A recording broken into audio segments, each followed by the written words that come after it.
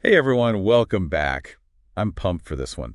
This year's Rogue Invitational is going to be huge, right? I mean, Chris Spieler's coming back. Oh, yeah, absolutely. This is always the biggest CrossFit competition outside of the games. Huge prize purse, always brings in those top athletes.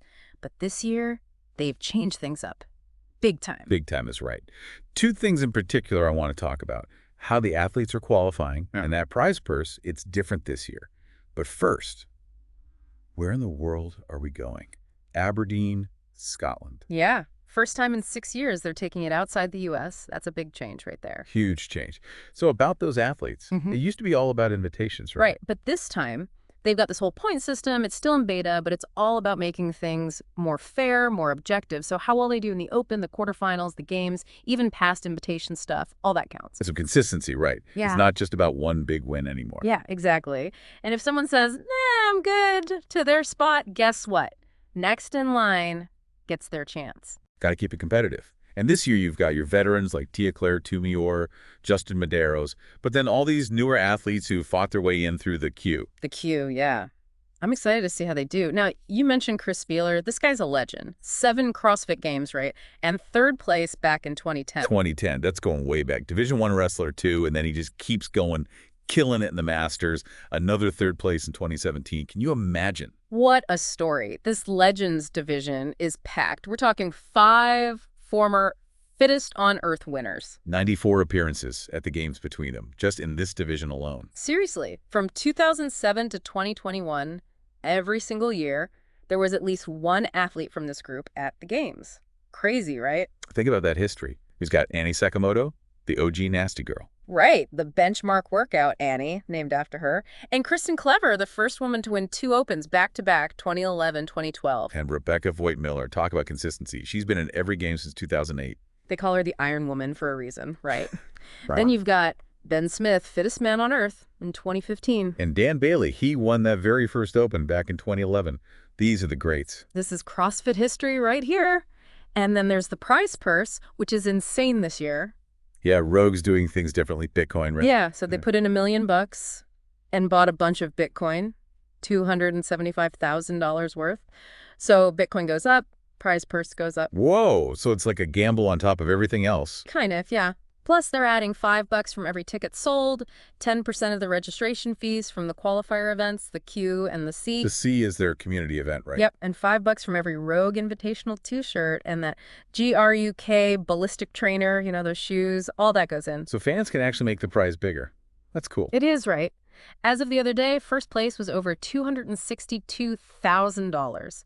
And that's split between the CrossFit athletes, the strongman, and the strongwoman. So much money on the line. It's wild. This is becoming a big deal, you know? CrossFit's not just playing around anymore. So new location, new way to qualify, these legends all coming back, and this crazy prize purse. This Rogue Invitational is going to be one for the books. I'm ready for it. Oh, yeah, definitely one for the books. And the women competing. Talk about a showdown. I know, right? Some serious talent in that group. I'm really curious to see how those newer athletes, the ones from the queue, stack up against the veterans. Yeah, it's a whole new generation coming in. And with that prize money ticking up, the pressure's on. Seriously, every rep could be worth like thousands of dollars at this point. It's wild. You got to wonder, do you play it safe or just go all out? We talked about some of the legends, those big names, but you want to dig a little deeper. Oh, yeah, let's get into it. I mean, Annie Sakamoto, come on, benchmark workout named after you. That's peak CrossFit right there. Doesn't get much bigger than that. But she's not just that, you know? OG Nasty Girl, sure, but she also crushed it in the Masters. First place in 2021, 45-49 division, still going strong. Talk about dedication. And Rebecca Voigt-Miller, the Iron Woman herself. Yeah. Every game since 2008. Wow. And not just showing up, she's been placing high. 3rd in 2011, podium finishes in the Masters, too. You can't fake that kind of consistency. It's amazing. She's proof that CrossFit It's a journey, not just a sprint, right? Absolutely. Always pushing those limits.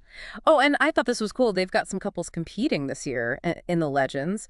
Josh and Emily Bridges. Oh, yeah, that's right. Talk about couple goals. Right. Training together, supporting each other, and now competing at this level. That's something else. It's awesome. CrossFit's about community, right? Mhm. And speaking of that, Rogue's done a great job with the prize purse, bringing everyone in on it. Seriously innovative, right? Not just a set amount. They're involving the fans, the people buying tickets, even the merch online all contributes. Makes you feel like you're part of it, even if you're not on the competition floor. Plus, it's definitely got people talking.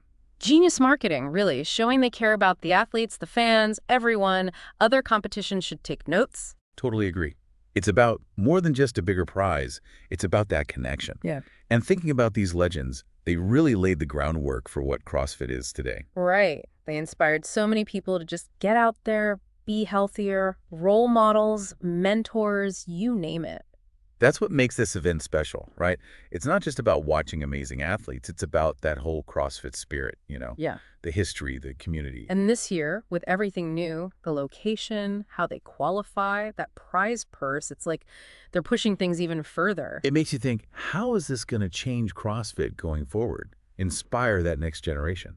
Definitely. Speaking of that, I have a question. Well, not for you, more for the listeners out there. Something to think about. Oh, I like this. Lay it on us.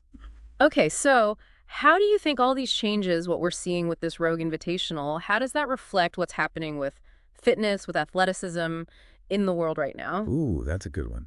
Gets you thinking, right? Makes you look at how we see fitness, what it means to be an athlete, how much CrossFit's changing that conversation. Big questions for sure. But while we're talking about amazing athletes, we got to talk about the men's division. Always a battle, right? Oh, yeah, for sure. You've got those past champs coming back, those veterans who just keep showing up, and then this new wave all hungry for a win. And Rogue always throws down with these workouts. Brutal, creative, the whole package. Can't wait to see what they come up with this time. Right. Especially with that prize purse getting bigger by the day. It's got to be in the back of their minds. But it's not just about the money, right? These guys, they're driven. No doubt. They want to prove something. Pride, the challenge, that's what fuels them. The money's just a bonus. It's that mental game on top of the physical. That's what makes this so exciting to watch. It's not just muscle. It's that grit, that refusal to quit. Pushing through the pain, digging deep, that's inspiring stuff, you know? You don't have to be a CrossFitter to appreciate that.